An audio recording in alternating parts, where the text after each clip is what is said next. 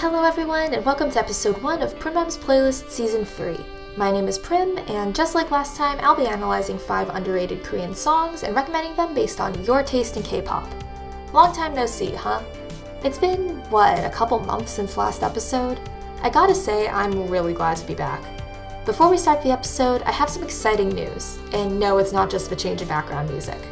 Prim's Playlist is now a proud member of Brainrot Presents. Brainrot Presents is a podcast network dedicated to creating inclusive and accessible podcasts covering a broad range of topics so everyone can find something that fits their own brain rot. Alongside Prim's Playlist, Brainrot Presents also distributes a long-form media commentary podcast called Lukewarm Takes, and it has a retro-futuristic sci-fi narrative podcast called Nemesign currently in production. I'm super excited to be podcasting alongside these awesome people, and to all my first-time listeners here from Brainrot, welcome aboard! Because I'm part of Brainrot Presents now, I wanted to take my podcast to the next level, so there's also going to be some format changes. Don't worry, I'm not getting rid of anything. Every episode still has the 5-song themed playlist, the Sora Fun Song, and the Wheel of Segments. But now, every 4 episodes, starting with this one, I'm also going to conduct an interview. I'm planning to use these interviews to either promote independent musicians or get a deeper look into the K-pop fandom and its associated communities. It'll depend on the guest. I've got some really interesting interviewees lined up for this season, so I hope you all enjoy this little change in direction. There's also going to be 2 special segments exclusive to Brainrot's Patreon donors. In one of them, I'll be giving my opinion on K-pop related news.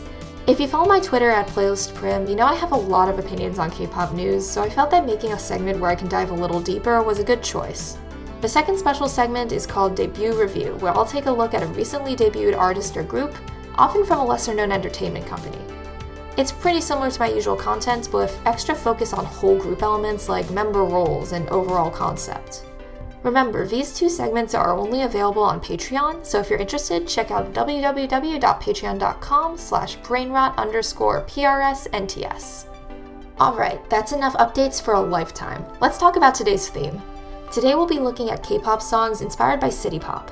According to Wikipedia, city pop is a form of late 70s to 80s Japanese pop music, which draws from Western genres such as soft rock, funk, jazz fusion, and disco.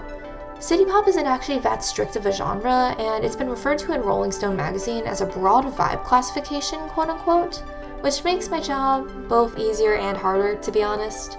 Notably, city pop has had a bit of a renaissance lately, due in part to the YouTube algorithm picking up singer-songwriter Maria Takeuchi's song Plastic Love, now arguably the most well-known city pop song, but also due in part to its importance to sample-based music genres such as vaporwave. To bring it back to K-pop, there's been a huge retro revival or neutro movement in K-pop recently, with tons of popular artists releasing songs based on disco and synth pop. Dynamite by BTS and I Can't Stop You by Twice come to mind. Granted, there were K-pop artists releasing city pop prior to the 2020s, think Lady by Yubin or Yukika's entire discography, but it's no surprise that it's been coming back hard with the neutro trend. So, in true Prim's Playlist fashion, we'll be looking at some recently released and seriously underrated K-pop songs that draw inspiration from city pop. Wow, I've been talking for way too long. Let's pull up the playlist already. Our first song today is Organic Love by Poetree featuring Youngjin of Brown Eyed Soul, currently at 4,500 views on Genie Music.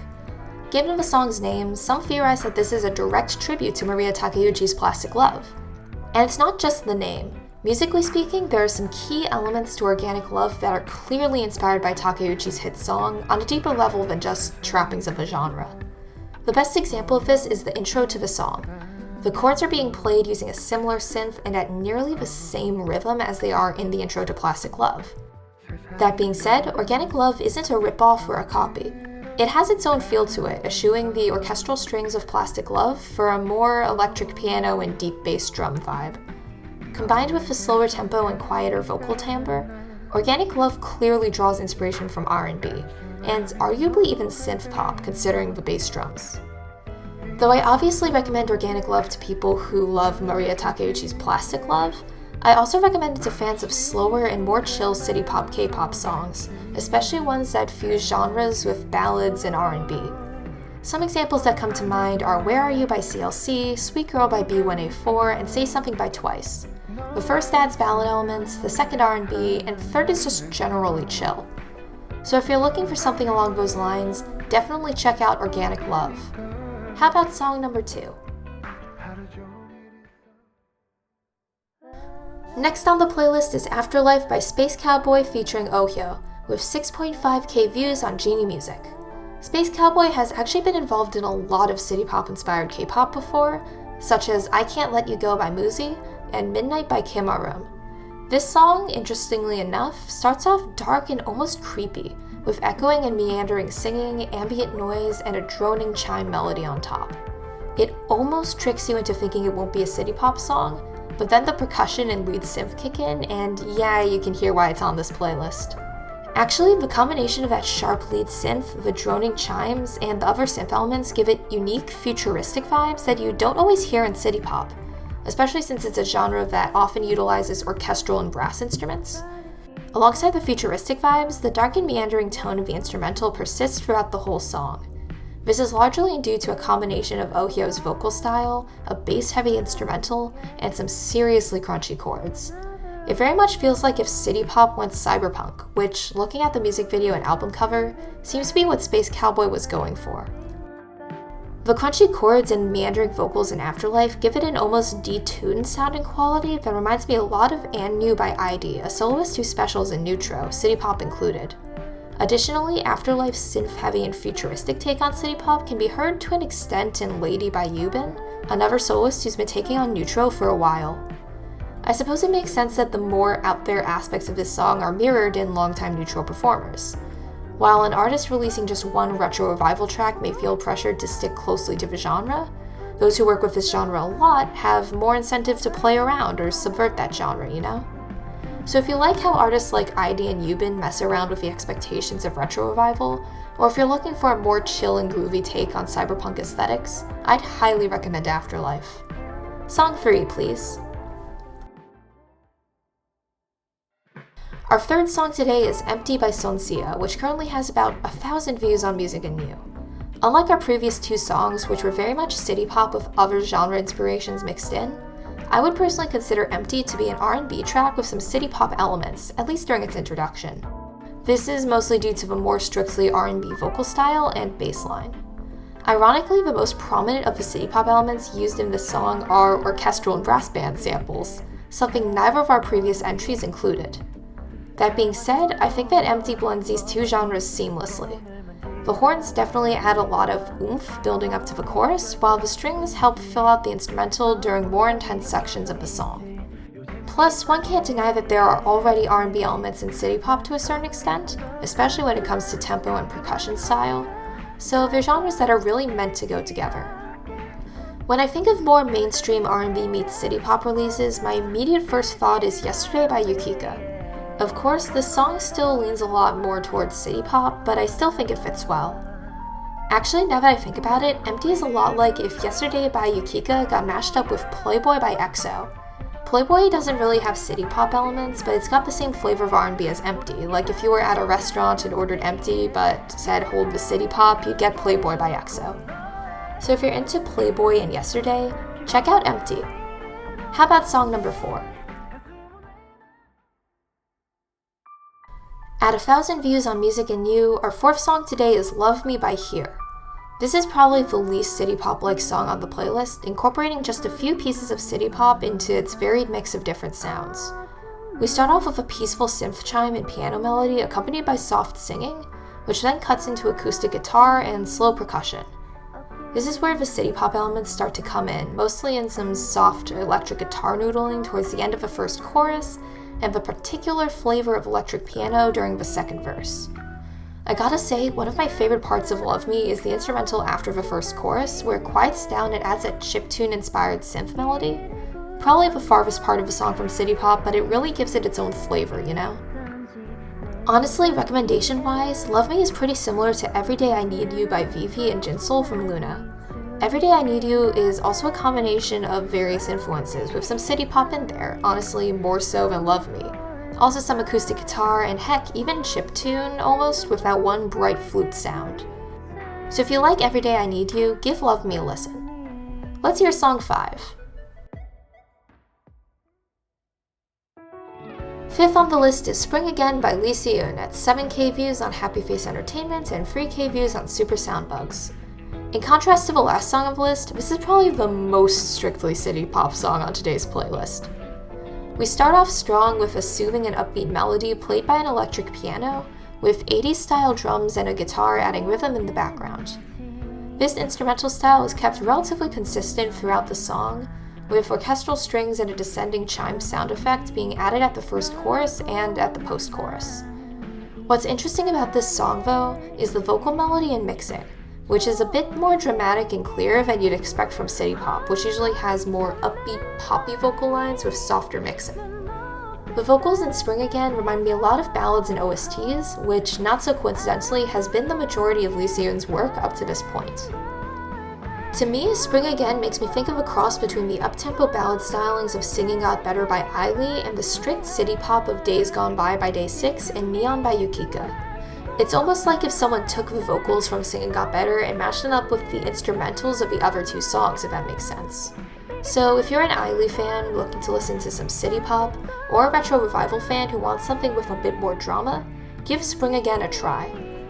Last but not least, let's hear our sore thumb song.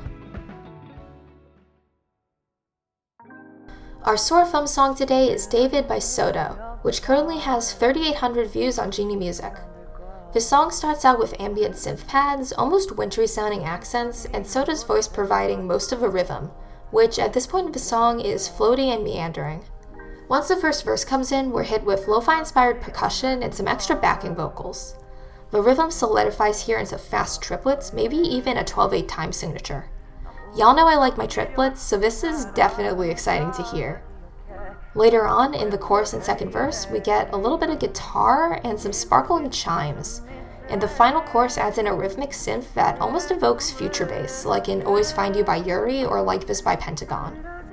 In terms of vocal style, SEODo definitely takes inspiration from blues music, particularly in the way he slides between pitches and increases in volume just a little bit after he hits each note.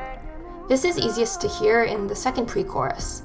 Definitely a unique mix of musical influences. I'd recommend David to anyone who likes Microcosmos by BTS or X by Chungha. The introduction to Microcosmos has some ambient elements that remind me of David, and the fast rhythm in the background of its chorus reminds me of the future bass-ish synth in David's final chorus. X, on the other hand, combines some ambient elements with slightly more bluesy composition. Plus, all three songs are in that triplety, 12/8 time signature-y beat that I mentioned earlier. That's actually usually associated with much more energetic songs like Kill This Love by Blackpink and Adios by Everglow. So if you're looking for more chill music with this beat, along the lines of X and Microcosmos, David is perfect for you. Now that we've heard the whole playlist, let's interview today's guest star. Before we get into this part of the podcast, I do want to place a quick trigger warning. We talk a bit about abuse, death, and suicidal ideation in this interview. If these themes bother you in any way, absolutely feel free to skip this section. Without further ado, let's jump into the interview. I'm not gonna lie, I'm super excited to bring you all the first ever Prim's Playlist interview. As I said at the start of today's episode, one of the things I want to do with these interviews is promote underrated indie musicians. And, well, I'm here today with an incredibly interesting artist. Coming straight from the world of a narrative podcast called The Ember Witch Saga, today's guest is the podcast's narrator, as well as a musician and an ancient android. Introducing Rose. How are you doing today, Rose? I am doing great. How are you? I'm doing pretty well. Great to hear that you're doing well too. So, let's cut to the chase. Can you tell my listeners a little bit about your latest album? I don't really consider it an album. Both my girlfriend Ember and I create EPs. We do this for a few reasons, one being that our version of a full-length album includes all of the story that we are telling. What we do is pull all of the episodes of the Ember Witch Saga together so that when we release a full album it is a fully realized story. Normally full-length albums range from 9 to 10 songs, maybe more. However, for us we want to create an experience worth remembering. So, how long would your album be then, compared to your EPs? Our full-length albums will consist of over 30 hours of audio. This includes 9 to 15 songs, an audiobook-style retelling of our world's history along with the score or background music from each episode from the Ember Witch Saga. Each EP or album's music also tells a story through the music itself. And for my listeners who are unfamiliar with the Ember Witch saga, what would this story be about? My EP Rain Dance is the story of me getting over a very long and abusive relationship. I am one of the oldest beings on Haven, the planet I reside on. I had witnessed countless wars and participated in horrific events due to this relationship. So this EP is my way of putting my heart out there, to tell the world that I am no longer the same person. I wanted to create something that could show how it is possible to heal even after going through trauma. It is a bit ironic for someone like me to say I'm a person because you'd think, she's just a droid, she has no feelings or emotions, she's made out of metal and has a robotic voice. However, I was actually born human and had my soul transferred into a robotic body. I can feel and understand emotions. This is why Rain Dance is such an important release for me. It is the first time that I am putting something out from the heart instead of Ember. How do you split the creative work? Does one of you take on the instrumental while the other works on lyrics, or do both of you have a hand in everything? So Ember is the primary artist. She composes and produces everything. I am more of the singer between the two of us. Sometimes I will give input on things or compose my own songs, however Ember is the main creative force behind everything. Rain Dance was produced by her, however I wrote and composed one of the songs long before I had met her. It is however being released under my name because it is my story to tell. I did have Ember feature in one song as a credited artist, which is my favorite song off of the EP. The song itself leans more into her style of music, which is metal. So then, what would you say is the genre of the rest of the EP? The whole EP is an EDM release. It's all dance music with synthwave and some rap and hip-hop influences as well. So having Ember feature on a track with her metal influences was something I really wanted to do. I love pulling from different genres and experimenting with different sounds. During the writing process, Ember wanted it to be an upbeat yet dark and foreboding tune. So I wrote the lyrics around my anger and anxiety I have over everything I went through, and Ember nailed it with the guitar work and aggression we wanted to put across with the song. That's a really interesting point you had there about mixing musical genres. If you had to choose, who are your biggest musical inspirations? That is a difficult question to answer. You see, Ember and I have a very similar taste in music. She got me into metal really early into our relationship. So I started to dive deep into the metalcore, post-hardcore and deathcore genres. Some examples being Bring Me the Horizon, The Devil Wears Prada, Enter Shikari and A Day to Remember. Although A Day to Remember just put out an album that's horrible, so that was disappointing. Oh, oof. We actually take influence from those bands and try to combine them with our own styles. Like adding in some dark lyrics to a poppy sounding track, or to use guitars and other aggressive synths as a bass line for the more dance-like tracks. Both Bring Me the Horizon and Enter Shikari take influence from electronic music like dubstep, drum and bass and EDM, and combine it with metal and rock influences, so we try to do the same. So would it be accurate to say that you're going for kind of a mix of light and dark? Absolutely. With all the events that happened in my life, I have seen a lot of dark things and I have done things that I am not proud of. So we wanted to pull those dark things to shed light on them. That way, when we retell the history of our world through the Ember Witch saga, our people can understand the positions we are in. And what are those positions? Ember is the princess of the Elven Kingdom. She is third in line to the throne, and I was used as the springboard for the technology of the world. We are both in a position of power and influence, so we both have our reasons to expose the darkness at the heart of our world, so that our people are no longer living in ignorance to the true history that shaped Haven. So I asked about light and dark earlier, but I'm also getting a magic versus technology vibe here.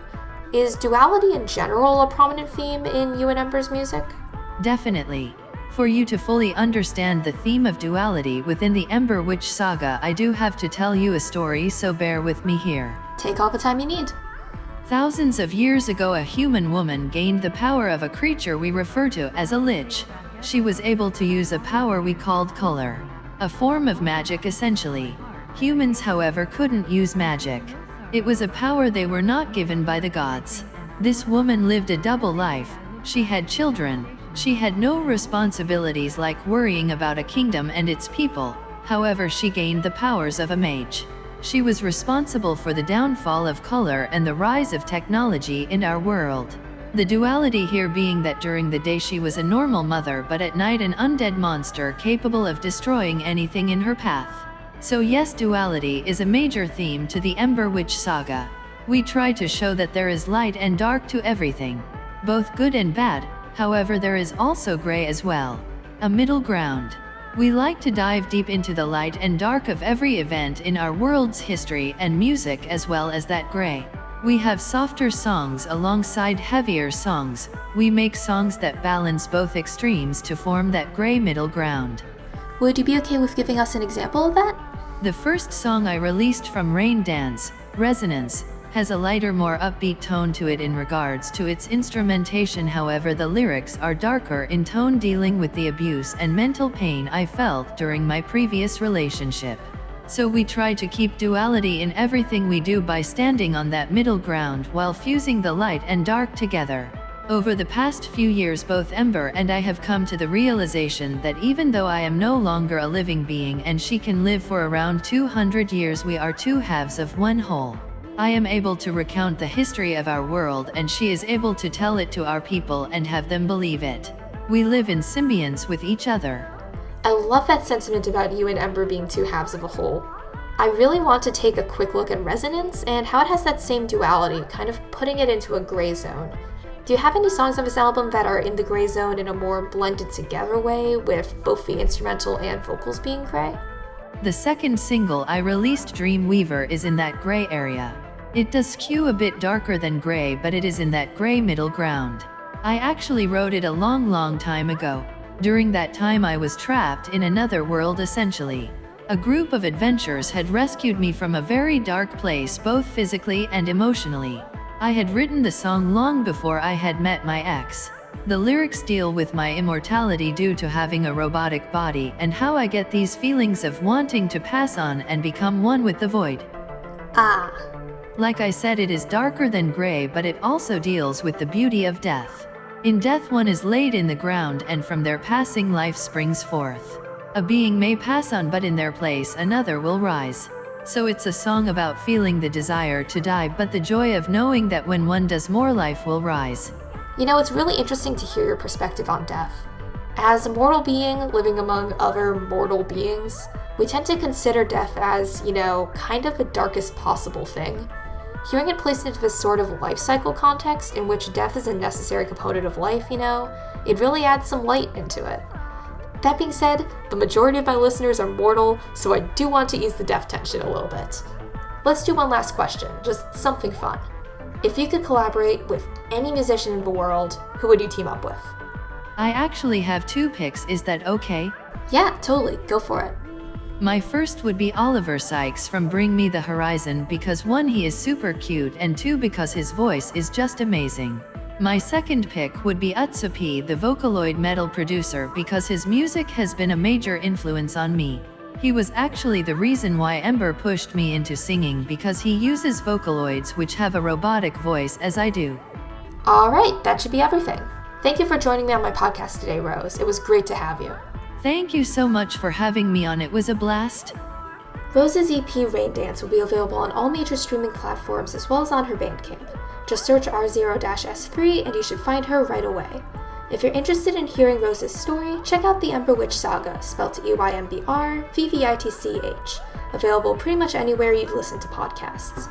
To tie this back into my podcast theme, I'd highly recommend both to fans of narrative K-pop, especially Luna. The fact that this EP ties into an external podcast is sure to appeal to those who took part in the Lunaverse ARG. Musically, I recommend this to fans of Dreamcatcher's particular mix of rock and EDM, as well as the dark EDM stylings of a recently debuted group, Pixie. There's just one more thing to take care of before we end today's show. You know it, you'll love it. It's time to spin the wheel of segments. And this week's segment is Lightning Round. Yes, I know I just said we'd return to familiarity, but trust me, this segment's going to be a lot of fun. Lightning Round is a brand new segment where I cover the songs I left on the cutting room floor. Let's lay out some ground rules. 20 songs to review. 10 words each, not counting introducing the song. Songs will be listed in ascending order of favoritism, and for efficiency's sake, only the last one will be represented on the YouTube playlist. And lastly, while I'll be featuring recently released songs as per usual in later lightning round segments, just for funsies, this one will focus on songs released during my hiatus. Alright, enough chatter, let's start the segment. Ready, set, go. Number 20, Satang Mogule by hiir, 550 views on Local High Records. Super cute and sweet in vocals, instrumental, and general composition. Number 19, The Hill of Wind by SonSiaaa, 1,800 views on Warner Music Korea. A peaceful springtime song combining piano and traditional Korean instruments. Number 18, I'm Not Bad by OOHYO, 1,000 views on MUSIC&NEW. Powerful, emotional vocals combined with a playful and jazzy instrumental. Number 17, Escape by Pin, 3.5k views on Warner Music Korea. If Wonder Girls' Why So Lonely was a dark concept. Number 16, Nightmare by KissNue, 10k views on Stone Music Entertainment. Soft up-tempo rock with soft vocals and catchy melodies. Number 15, Mandarin by Owler featuring Austin, 3.8k views on Genie Music. Chill, summery acoustic guitar with lo-fi elements in the percussion. Number 14, Yay Yay by Rainbow Note, 7,000-ish views on Stone Music Entertainment. It fills me with nostalgia for old-fashioned cute concepts. Number 13, Foolish by Eun, 45k views on One the K and 970 views on Label GS. A guitar-based song reminiscent of 2013 Western pop radio. Number 12, White Light by Log featuring Nodi Sika, 2.9k views on Super Soundbugs and just 40 views on Local High Records. A powerful ballad combining piano, electric guitar, and strong vocals. Number 11, Slipped by Han Sang-do, 2,200 views on Super Soundbugs and 300 views on his official YouTube channel. An all-instrumental extended bass solo at a breakneck pace. Number 10, I Miss You by Jo Hong-ho and Kim Min-jin, 6,000 views on Genie Music. A soothing instrumental with powerful vocals and sick accordion accents. Number 9, Woohoo Song by Rafina and Kavi, 2.7k views on Stone Music Entertainment. A haunting, reverberating sound with great synthwave, almost webcore vibes. Number 8, Repeat by Your Beagle featuring Kid Wine, 7,000 views on Your Beagle's official YouTube channel. A chill and almost melancholy song in Your Beagle's signature style. Number 7, State by Odalon, produced by Dot5, 3k views on MUSIC&NEW. Grinding synths, electric guitar, plucked bass, and a powerful growl. Number 6, Zes, spelled X-E-S, by Sun, 850 views on MUSIC&NEW. Peacefully NSFW lyrics and an instrumental perfect for the campfire. Number 5, Dawn by Ye, 47k views on Stone Music Entertainment. A dreamy combination of voice-like synths, reverb, and trap percussion. Number 4, It's My Turn by Time Walker, 750 views on MUSIC&NEW. Electric guitar, 80s pop percussion stylings, great for road trips. Number 3, Inside by Kpop, 7.9k views on Super Soundbugs and 86k views on Kpop's official YouTube channel. If Sunmi, Siren, and Mamamoo Want to Be Myself fused together. Number 2, Parties Are Over by Minute and Avokid, 2,000 views on Genie Music. A travel-worthy tune like Everglow's Hush and Yezi's Home. And number 1, Law by Eldon, 6,000 views on Super Soundbugs. Bouncy but still dark-toned R&B with great pre-chorus drops. And with that, we end episode 1 of Prim's Playlist Season 3. If you enjoyed this episode, check out the original songs at bit.ly/PMP_S3E1. All letters capital, all numbers numerals. If you want to say hello, you can find me on Instagram at PRIMMS_playlist, Twitter at PlaylistPrim, or on the official Prim's Playlist YouTube channel. Links to everything can be found at linktree/Prim's Playlist. That's linktr.ee/PRIMMSPLAYLIST. Prim's Playlist is a proud member of BrainRot Presents. For more information, visit brainrotpresents.wixsite.com/landing. If you'd like to support our podcasts, consider donating to our Patreon at patreon.com/brainrot_PRSNTS. Only $2 a month for Discord access and longer episodes, $5 a month for shoutouts and early episodes, plus bonuses for all our other podcasts. Shout out to our $5 plus tier Patreon supporters Adrian Frisbee, Saffron, Emery Silvers, Jupiter McIntyre, Prozac Haven, and Elaine Bouchamp. You make this podcast possible. Thanks for jamming with me today.